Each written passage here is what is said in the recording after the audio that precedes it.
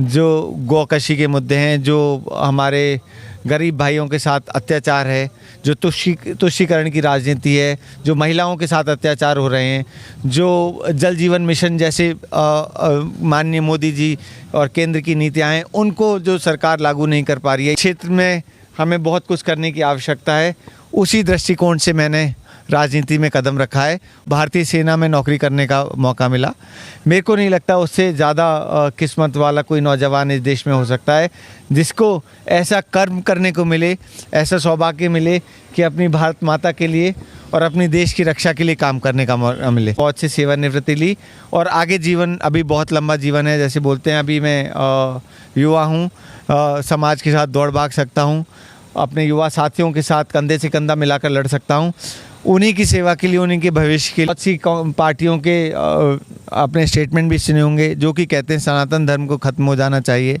बहुत सारी परिस्थितियाँ ऐसी हैं जहाँ की देश में बाहरी नहीं, आंतरिक सुरक्षा की भी आवश्यकता है। तो मेरा मानना है कि जैसे हम फौज में रहते हुए देश की सीमाओं पर हमारे जो दुश्मन देश हैं उनसे टक्कर मार रहे थे, आज आवश्यकता है कि हम एक ऐसी टीम यहाँ पे तैयार करें जो कि देश की आंतरिक सुरक्षा में भी सहभागी हो और आंतरिक सुरक्षा के लिए भी हम बहुत कुछ करें। मेरा जन्म एक आज़ाद देश में हुआ है, पर मैंने अंग्रेज़ काल के जो कारनामे हैं, जो जिस तरह से उनकी नीतियाँ होती थी, जैसे वो धर्म पे टैक्स लगाते, बहुत कुछ है। जैसे हमारे यहाँ, मैं मानता हूँ कि आज रामगढ़ में जो विश्वास है लोगों का, वो आज़ाद भारत में नहीं जी रहे हैं। एक ऐसा लग रहा है कि जैसे गुलाम देश में जी रहे हैं। वहाँ पे न्याय नहीं है, वहाँ सत्य की आज की तारीख में जीत नहीं है, वहाँ तुष्टीकरण की राजनीति है, वहाँ पे गरीबों के साथ अत्याचार है, युवाओं के साथ अत्याचार है, हमारे जो भोले भाले किसान भाई हैं उनके साथ धोखाधड़ी है।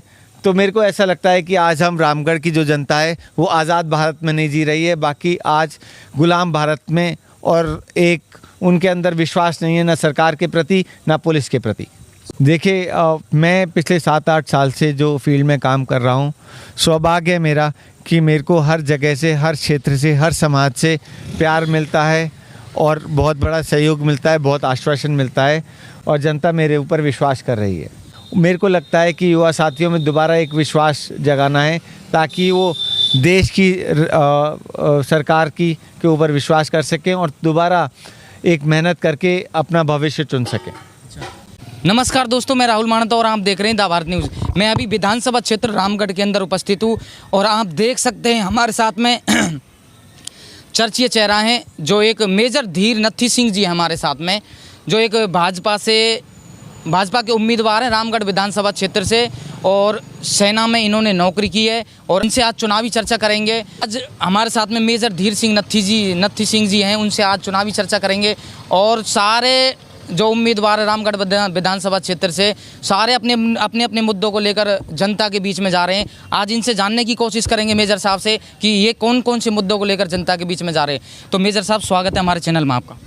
बहुत बहुत धन्यवाद राहुल मानवता जी, मैं आपका और आपके चैनल का तहे दिल से शुक्रगुजार करता हूँ। तो सर, सारे उम्मीदवार हैं, चाहे कांग्रेस, बीजेपी, बसपा या कोई भी का पार्टी का हो, सारे अपने अपने मुद्दे लेके जा रहे हैं जनता के बीच में। आप किन मुद्दों को लेकर चुनाव में आए हो सर?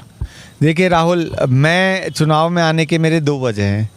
पहला वजह तो मैं सच बताऊं कि पारिवारिक और समाज और क्षेत्र की जो डिमांड थी कि हमारे परिवार से दोबारा कोई व्यक्ति राजनीति में आए और जो हमारे परिवार की पिछले 60 वर्षों की छवि है, जो उन्होंने मेहनत की है, उसको हम आगे बढ़ाएं। एक तो वो वजह है कि मैं सेना से सेवानिवृत्त होकर के और दोबारा राजनीतिक क्षेत्र में अपना हस्तक्षेप कर रहा हूँ, प्रयास कर रहा हूँ।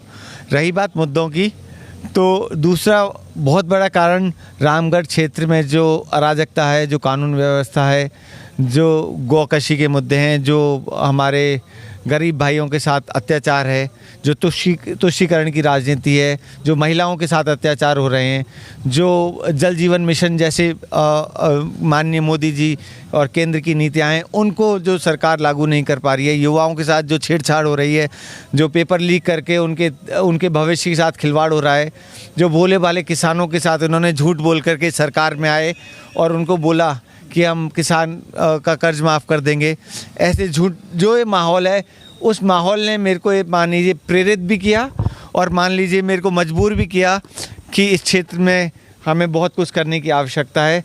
उसी दृष्टिकोण से मैंने राजनीति में कदम रखा है और आगे बढ़ रहा हूँ। सर आपके दादाजी 3 बार विधायक रहे, तो सर कहीं कहीं आप एक पारिवारिक उसको लेके मतलब राजनीति में आ रहे हो, या लोगों की सेवा करने का जो आपका मन था उसके लिए आ रहे हो सर? देखिए मैं भगवान का बहुत ही शुक्रगुजार हूँ कि मैं इतने अच्छे और सामाजिक परिवार में जन्मा। मास्टर नथी सिंह जी का पोता हूँ, जिनको समाज 1962 में हम पहली बार चुनाव जीते, तब से और आज तक समाज में हमारी बहुत ही साफ, अच्छी, मजबूत छवि है। दूसरा सौभाग्य मेरा ये रहा कि मेरे को भारतीय सेना में नौकरी करने का मौका मिला। मेरे को नहीं लगता उससे ज़्यादा किस्मत वाला कोई नौजवान इस देश में हो सकता है जिसको ऐसा कर्म करने को मिले, ऐसा सौभाग्य मिले कि अपनी भारत माता के लिए और अपने देश की रक्षा के लिए काम करने का मौका मिले। मैं कश्मीर में मेरे को गोली लगी, शारीरिक रूप से थोड़ी कठिनाई होने लगी। उसी वजह से मैंने फ़ौज से सेवानिवृत्ति ली और आगे जीवन अभी बहुत लंबा जीवन है। जैसे बोलते हैं अभी मैं युवा हूँ, समाज के साथ दौड़ भाग सकता हूँ, अपने युवा साथियों के साथ कंधे से कंधा मिलाकर लड़ सकता हूँ।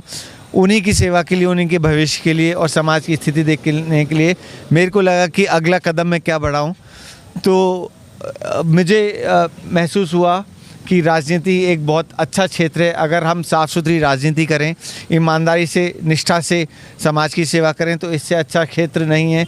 हमें समाज ने दिया है, जो देश ने दिया है, उसको इस समाज को लौटाने का।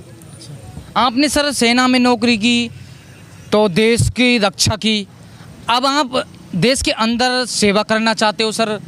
देखिए, रही बात रक्षा की, मैं आपको बताऊं, आज की देश दृष्टि में आपने बहुत सी पार्टियों के अपने स्टेटमेंट भी सुने होंगे जो कि कहते हैं सनातन धर्म को ख़त्म हो जाना चाहिए।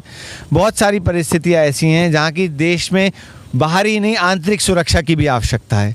तो मेरा मानना है कि जैसे हम फौज में रहते हुए देश की सीमाओं पर हमारे जो दुश्मन देश हैं उनसे टक्कर मार रहे थे, आज आवश्यकता है कि हम एक ऐसी टीम यहाँ पे तैयार करें जो कि देश की आंतरिक सुरक्षा में भी सहभागी हो और आंतरिक सुरक्षा के लिए भी हम बहुत कुछ करें। अच्छा सर, तो जो कांग्रेस के ये राजस्थान में कांग्रेस के 5 साल को, इस कार्यकाल को कैसे देखते हो? कांग्रेस सरकार के जो राजस्थान में ये 5 साल हैं और रामगढ़ में भी कांग्रेस का ही विधायक है सर, उस कार्यकाल को कैसे देखते हो आप? देखिए, मेरा जन्म एक आज़ाद देश में हुआ है, पर मैंने अंग्रेज़ काल के जो कारनामे हैं, जो जिस तरह से उनकी नीतियाँ होती थी, जैसे वो धर्म पे टैक्स लगाते, बहुत कुछ है। जैसे हमारे यहाँ, मैं मानता हूँ कि आज रामगढ़ में जो विश्वास है लोगों का, वो आज़ाद भारत में नहीं जी रहे हैं। उनके अंदर विश्वास नहीं है, ना सरकार के प्रति, ना पुलिस के प्रति। सर आप पिछले 7-8 साल से मेहनत कर रहे हो फील्ड में, तो आपको लगता है इस बार जो नतीजा बेहतर होगा? देखिए, मैं पिछले 7-8 साल से जो फील्ड में काम कर रहा हूँ, सौभाग्य है मेरा कि मेरे को हर जगह से, हर क्षेत्र से, हर समाज से प्यार मिलता है और बहुत बड़ा सहयोग मिलता है, बहुत आश्वासन मिलता है और जनता मेरे ऊपर विश्वास कर रही है। सर अगर आपको रामगढ़ विधानसभा क्षेत्र के लोग, वोटर्स, जनता अगर आपको जिताकर, आप पर विश्वास करके आपको प्रतिनिधि चुन के विधानसभा भेजती है, तो आप ऐसे कौन से काम करोगे जो इस पिछले 5 साल में नहीं हुए सर? देखिए, सबसे पहले तो रामगढ़ में जो अविश्वास है जनता के बीच में, जो जनता ने प्रशासन पे, जो जनता ने न्याय में, जो जनता ने सच्चाई पे से विश्वास खो दिया है, लॉ एंड ऑर्डर की सिचुएशन को संभालना है और उस विश्वास को वापस लाना है।